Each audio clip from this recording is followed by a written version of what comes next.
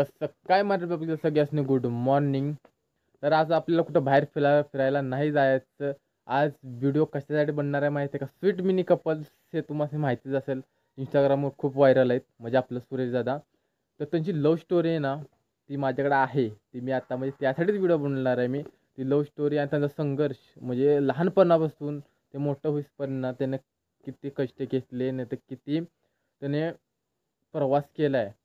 आणि म्हणजे त्यांची लव्ह स्टोरीमध्ये कशी भेटलेत, काय झाले ते माझ्याकडे आहे. तो पार्ट नंतर येईल, पण त्यांच्या आधी लव्ह स्टोरी तुम्ही बघा आणि मला सांगा कमेंटमध्ये. पाहिजे मग आपल्या आईवडील आपल्याबरोबर किती वर्ष राहणार आहेत, त्यांच्या मागे आपल्याला कोणतरी जोडीदार पाहिजे ना, म्हणजे संसारासाठी किंवा आपल्या पुढं चालू ठेवायसाठी. मूळ गोष्ट सांगा.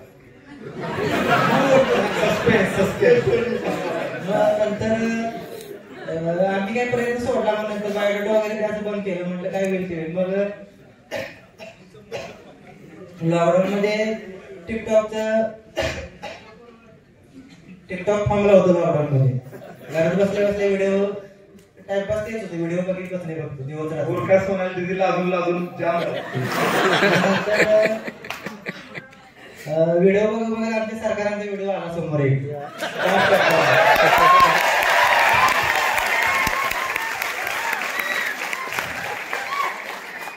नंतर मी फॉलो केलं त्यांना, म्हणजे टिकटॉकवर. त्यांनी बरोबर मी मेसेज वगैरे करीत काय, त्यांनी 1 महिन्यानंतर मला फॉलो केलं. म्हणजे मी 1 महिना पूर्ण वाट बघत होते त्यांच्या मेसेज करून रिप्लाय कधी येतो. मी 1 महिन्यानंतर मला रिप्लाय आला. तुम्ही ते मेसेज बघितले होते? तुम्ही ते मेसेज बघितले होते का, की बघितलेच नव्हते? बघितले होते खरंच. मग नंतर रिप्लाय आल्यानंतर मला म्हणजे भरपूर बरं वाटलं. म्हणजे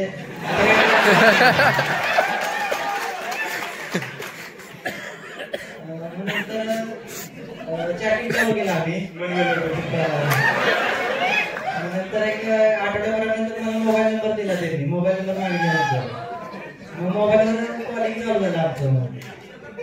मग लांब आहे ना आता, मुंबई आणि आमचं गाव पूर्ण 400 किलोमीटर अंतर. मग आता भेटायचं म्हटलं तरी काही शक्य नाही ते. मग नंतर काय आपलं म्हणजे आय लव्ह यू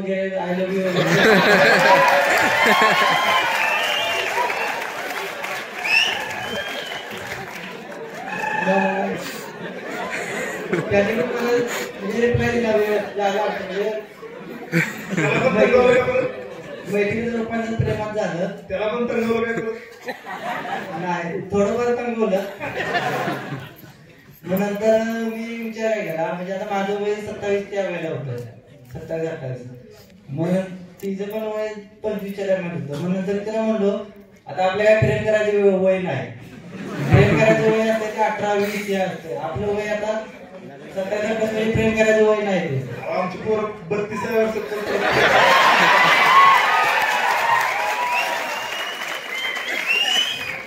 नंतर मी डायरेक्ट लग्नालाच प्रपोज केला. म्हटलं आपलं काय प्रेम म्हणजे मनगाडत पडायला नको, डायरेक्ट लग्न करणार असलीस तर हो म्हण. नाहीतर मला असं म्हणजे तू जर प्रेम करायचं नंतर आपण एकमेकाला परत नाही म्हणायचं लग्नासाठी, त्यापेक्षा मी डायरेक्ट लग्नालाच प्रपोज केलं, लग्नच करणार म्हणून. थोडा वेळ घेतला, आठवडाभराचा, 15 दिवसाचा वेळ घेतला. कारण आता समोर बघितलं त्यामुळे काही निर्णय येऊ शकत नाही ना. मग नंतर 15 दिवसानंतर होकार दिला लग्नाला. तर लग्नाला 15 दिवसानंतर होकार दिला. तर लॉकडाऊन संपत, त्यावेळेला लॉकडाऊन त्यामुळे लग्न करता आलं नसतं. मग लॉकडाऊन संपल्या आम्ही तुला कॉल केला एक, की बाबा आपण लग्न करायचंय, मी तुला न्यायला येऊ का तू इकडे येणार आहे? मग ती म्हणली की माझं मी येतो, तू बॅग घेऊन सगळं कराडामध्ये मला न्यायला या. मग कराडामध्ये ती येऊन तिथं शिवाजी महाराज होता. हा एकटी ती, म्हणजे तिला सांगता म्हणजे आजकालच्या जगात बघा चांगलं माणूस सुद्धा मुंबईवरून मुलगी एखादी येऊ शकत नाही एखाद्या म्हणजे लग्नासाठी. पण ही हँडिकॅप असून एवढी मोठी बॅग घेऊन ती दरवाजा येऊन बसली.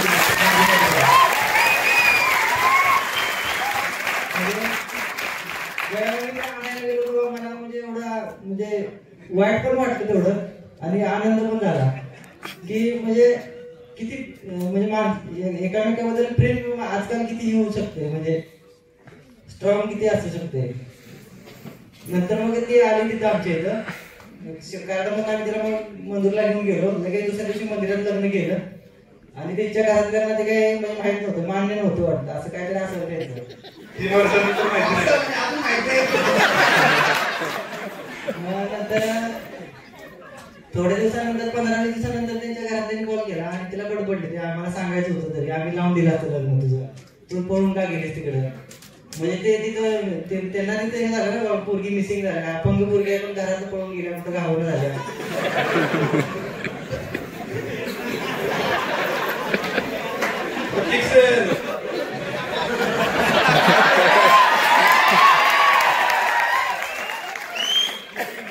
डाउनलोड करतो आता.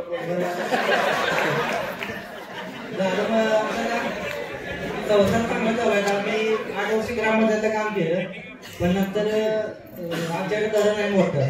मग नंतर मी विचार काय केला की आपल्याला धरण आहे मोठं, तिकडे पर्यटन क्षेत्र आहे, म्हणजे तिथे लोक फिरायला भरपूर येतात. म्हणजे दिवसाला 1000-2000 लोक फिरायला येतात.